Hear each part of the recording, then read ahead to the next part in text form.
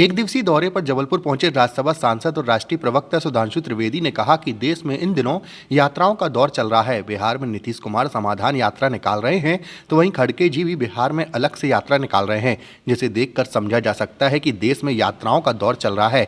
भाजपा के राष्ट्रीय प्रवक्ता और राज्यसभा सांसद सुधांशु त्रिवेदी ने कहा कि यात्राओं के यात्री एक नए मुकाम की तरफ जा रहे हैं, लेकिन इससे किसी भी तरह का उन्हें फायदा नहीं होने वाला है। सुधांशु त्रिवेदी ने जबलपुर में पत्रकार वार्ता को संबोधित करते हुए यह भी कहा कि भगवान के नाम पर लोग अब राजनीति कर रहे हैं। उन्होंने कहा कि पश्चिम बंगाल में जब चुनाव होता है तो ममता बनर्जी चुनावी मंच से चंडी माता का पाठ करती हैं। उत्तर प्रदेश में चुनाव आता है तो प्रियंका गांधी चुनावी मंच से देवी स्तुति करती हैं और उत्तर प्रदेश चुनाव में अखिलेश यादव को सपने में भगवान भी दिखते हैं, तो वहीं गुजरात चुनाव में अरविंद केजरीवाल को नोट में भगवान की तस्वीर दिखने लगती है।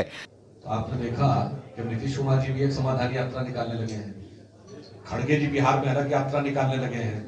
तो अब यात्राओं के यात्री एक नए मुकाम की तरफ जा रहे हैं और उनके गठबंधन सहयोगी खड़गे जी दूसरी यात्रा निकाल रहे हैं। एक्चुअली में जितनी यात्राएं हैं, मुझे ऐसा लग रहा है ये विपक्ष की एकता के समाधान के लिए नहीं, नेताओं के अहंकार के घमासान के लिए अधिक है। बंगाल का चुनाव आता है तो ममता बनर्जी जी चुनावी मंच से चंडी पाठ करती है।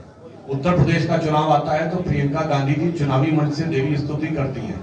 उत्तर प्रदेश के चुनाव में अखिलेश यादव जी को सपने में भगवान दिखने लगते हैं। गुजरात का चुनाव आता है तो केजरीवाल जी को दिल्ली में भगवान दिखने लगते हैं नोट में। कोई बात नहीं, कोई भी किसी भी भाव से आना चाहे स्वागत है। तुलसी अपने राम को रीझ भजे चाहे खींच, खेत पड़े पर जामी है उल्टा तो उल्टा। देखिए, जो यात्रा केरल से शुरू होती है और एक ऐसे नेता के साथ जुड़ाव करती है जिसने सड़क के ऊपर बीफ पार्टी दी थी, तमिलनाडु में आती है तो एक ऐसे पादरी जॉर्ज पुनिया को अपने साथ में लेते हैं जो एलानिया ये कह चुके हैं कि मैं जूते इसलिए पहनता हूं कि इस देश की धरती को अपवित्र मानता हूं, मेरा पैर न उससे टच हो जाए। कर्नाटक में पहुंचते हैं तो उनका कार्यकारी अध्यक्ष कहता है हिंदू शब्द बहुत गंदा है। महाराष्ट्र में आते हैं तो स्वतंत्र वीर सावरकर के विरुद्ध नफरत बोलने लगते हैं और गुजरात जाते नहीं उसके नजदीक पहुंचते हैं तो गांधीयंस विद गन कहने वाली मेधा पाटकर को साथ में ले लेते हैं। तो आप खुद ही सोचिए। और उनका स्थायी साथी कौन है?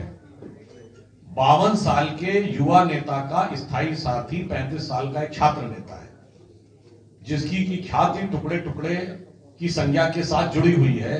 तो आप सोच लीजिए, इतने जहर बुझे नफरती सामानों को लेके ये कौन सी मोहब्बत की दुकान दिखाने का प्रयास कर रहे हैं श्रीमान। इस देश की जनता बहुत विवेकशील